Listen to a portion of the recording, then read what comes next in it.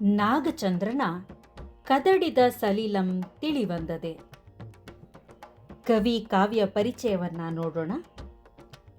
ಹಳಗನ್ನಡ ಸಾಹಿತ್ಯವು 10ನೆಯ ಶತಮಾನದ ಪಂಪನಿಂದ ಶಿಖರ ಸ್ಥಿತಿಯನ್ನು ತಲುಪಿ ಅವನು ಹಾಕಿಕೊಟ್ಟ ಮಾರ್ಗದಲ್ಲಿಯೇ ಮುಂದುವರಿಯಿತು. ಈ ಪರಂಪರೆಯ ಕವಿಗಳಲ್ಲಿ ಪ್ರಮುಖರೆಂದರೆ ನಾಗಚಂದ್ರ.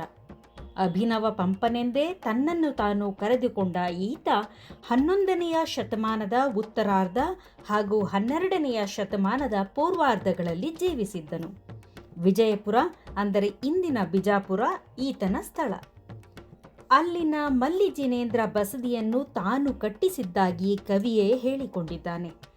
ಈತನ ಗುರುಗಳು ಬಾಲಚಂದ್ರ ಮೇಘಚಂದ್ರ ಯತಿಗಳು.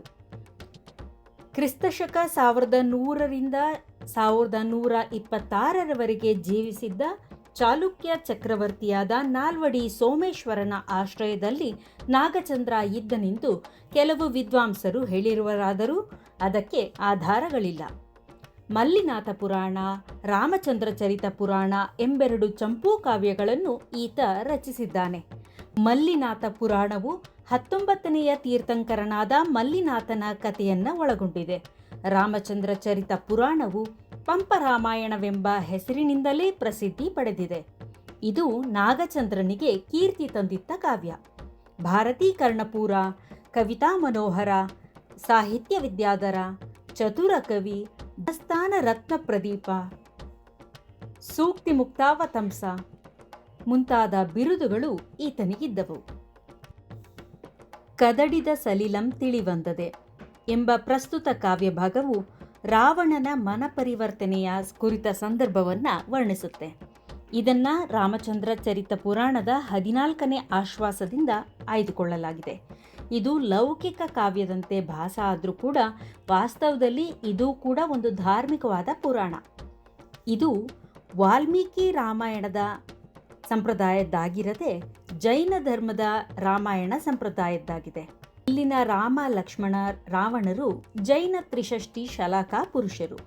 ರಾಮ ಲಕ್ಷ್ಮಣರು ಬಲದೇವ ವಾಸುದೇವರಾದರೆ ರಾವಣ ಪ್ರತಿವಾಸುದೇವ. ವಾಲ್ಮೀಕಿ ರಾಮಾಯಣಕ್ಕೂ ಪಂಪರಾಮಾಯಣಕ್ಕೂ ಪ್ರಮುಖವಾದ ವ್ಯತ್ಯಾಸ ಇರೋದು ರಾವಣನ ಪಾತ್ರದಲ್ಲಿ. ನಾಗಚಂದ್ರನ ರಾವಣ ಮೂಲತಃ ಸದ್ಗುಣೋಪೇತನಾದ ಮಹಾಪುರುಷ. ಅಂಥವನು ಕಾಲಕ್ರಮ ಸಂಯೋಗದಿಂದ ಅಲ್ಪ ದೌರ್ಬಲ್ಯವಶನಾಗಿ, ಆ ದೌರ್ಬಲ್ಯ ಆಕಸ್ಮಿಕವೇ ಹೊರತು ಸಹಜ ಸ್ವಭಾವದ್ದಲ್ಲ, ವಿಧಿ ಸಂಕಲ್ಪ ಪ್ರೇರಿತನಾಗಿ ಪತನಾಭಿಮುಖವಾಗುತ್ತಾನೆ. ನಮ್ಮ ಸಹಾನುಭೂತಿ ಅನುಕಂಪಗಳಿಗೆ ಪಾತ್ರವಾಗುತ್ತಾನೆ. ಈ ರಾವಣ ಸತ್ಕುಲ ಪ್ರಸೂತ, ಜಿನಭಕ್ತ, ಅಹಿಂಸಾರತ, ಮಹಾಪರಾಕ್ರಮಿ. ವಾಸ್ತವವಾಗಿ ಆತ ಭಯಂಕರವಾದ ರಾಕ್ಷಸ ಅಲ್ಲ. ಪರಾಂಗನಾವಿರತಿ ಎಂಬುದು ರಾವಣ ಕೈ ಹಿಡಿದ ವ್ರತ. ಅವನ ಅಂತಃಪುರದ ಹೆಣ್ಣುಗಳೆಲ್ಲ ಅವರಾಗೇ ಒಲಿದು ಬಂದವರೇ ಹೊರತು ಬಲಾತ್ಕಾರದಿಂದ ತಂದವರಲ್ಲ. ನಳಕೂಬರನ ಪತ್ನಿ ಉಪರಂಬೆ ಎಂಬುವವಳು ತಾನಾಗಿಯೇ ಒಲಿದು ಬಂದಾಗ ಅವಳಿಗೆ ಸದುಪದೇಶ ನೀಡಿ ಕಳಿಸಿದುದು ಅವನ ಉದಾತ್ತ ಚರಿತಕ್ಕೆ ನಿದರ್ಶನ. ಇಂತಹ ಮಹಾಸತ್ವನ ಬದುಕಿನಲ್ಲಿ ವಿಧಿ ಪ್ರವೇಶಿಸುತ್ತದೆ. ಅವನ ಅಧಪತನಕ್ಕೆ ಸಂಚು ರೂಪಿಸುತ್ತದೆ.